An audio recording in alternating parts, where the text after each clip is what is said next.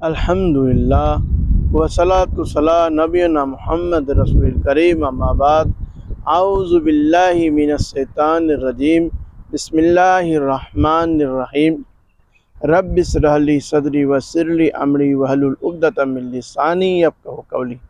تمام حمد و ثنا کا مالک اللہ حضور جل جلال ہے، جس نے اس کائنات کو بنایا اور وجود میں لے کے آیا، اور تمام انسان، جانور، فرشتے سب کو خلق کیا۔ تو اللہ رب العالمین ہر چیز پہ قادر ہے اور ہر چیز سے واقف ہے، ہر وہ انسان کا دل کا بات کو جانتا ہے۔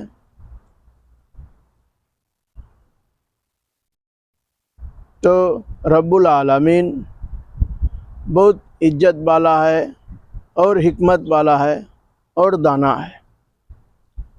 تو ہم اس رب العالمین کا ہی ہمیں عبادت کرنا چاہیے۔ ہمارا ایشور ایک ہے، ہمارا پیغمبر محمد صلی اللہ علیہ وسلم آخری پیغمبر ہے۔ ہم ایک اللہ پہ ایمان لائیں اور اللہ کے رسول صلی اللہ علیہ وسلم پہ ایمان لائیں، اسی میں ہمارا کامیابی ہے اور یہی ہمارا سورگ میں جانے کا راستہ بنے گا۔ اگر ہم ہمارے نبی محمد صلی اللہ علیہ وسلم پہ ایمان لاتے ہیں، اللہ پہ ایمان لاتے ہیں، محمد صلی اللہ علیہ وسلم پہ ایمان لاتے ہیں، تو ہم ضرور کامیابی ہیں۔ کیونکہ دیکھیے، ہم بنی آدم میں سے ہیں، ہمارا باپ ایک ہے، ہمارا ماں ایک ہے، ہم بنی آدم میں سے ہیں۔ اسی لیے اللہ تعالیٰ نے فرمایا کہ تم بنی آدم میں سے ہو، تمہارا باپ ایک ہے، تمہارا ماں ایک ہے۔ اے لوگوں، اے آدم کے اولادوں، تم ایک اللہ کو چھوڑ کر کے کسی دوسرے کی عبادت مت کرو۔ اگر تم کر رہے ہو تو تم اپنے آپ پر ظلم کر رہے ہو۔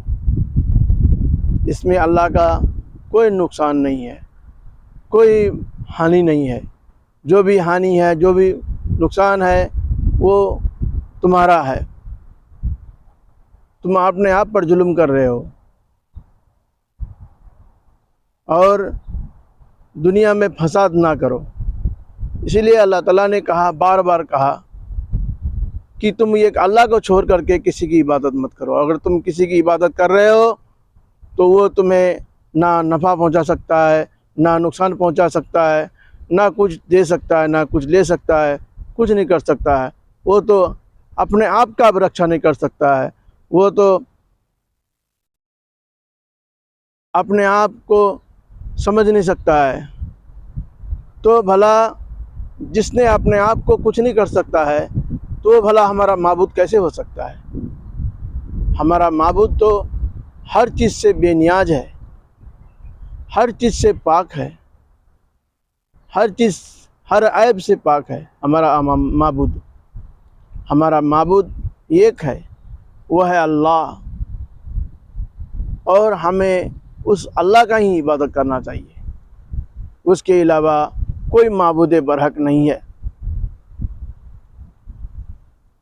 اس کی ہی تصدیق و بیان کریں، اس کی ہی عبادت کریں اور اس کے طریقے پہ چلیں، یہی ہمارا کامیابی ہے۔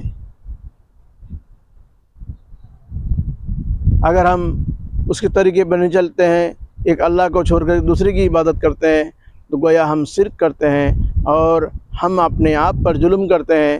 تو بھائیو، دوستوں، اپنے آپ پر ظلم مت کیجیے۔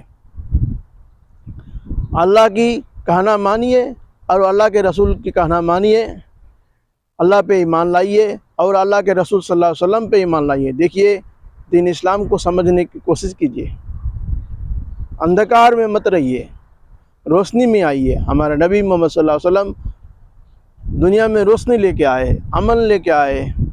آپ صلی اللہ علیہ وسلم رحمت اللہ عالمین ہیں، آپ آخری پیغمبر ہیں، اور آپ کے بعد کوئی پیغمبر نہیں آئیں گے۔ تو دیکھیے، ہم ایک اللہ کو چھوڑ کر کے کسی کی عبادت نہ کریں، ایک اللہ کی ہی عبادت کریں، ایک اللہ کا پرشنسا کریں، ایک اللہ کی پوجا کریں، تاکہ ہمارا سورگ میں جانے کا راستہ آسان ہو جائے اور ہم سورگ میں جانے والا بن جائے۔ وآخر دعوانا الحمد للہ رب العالمین۔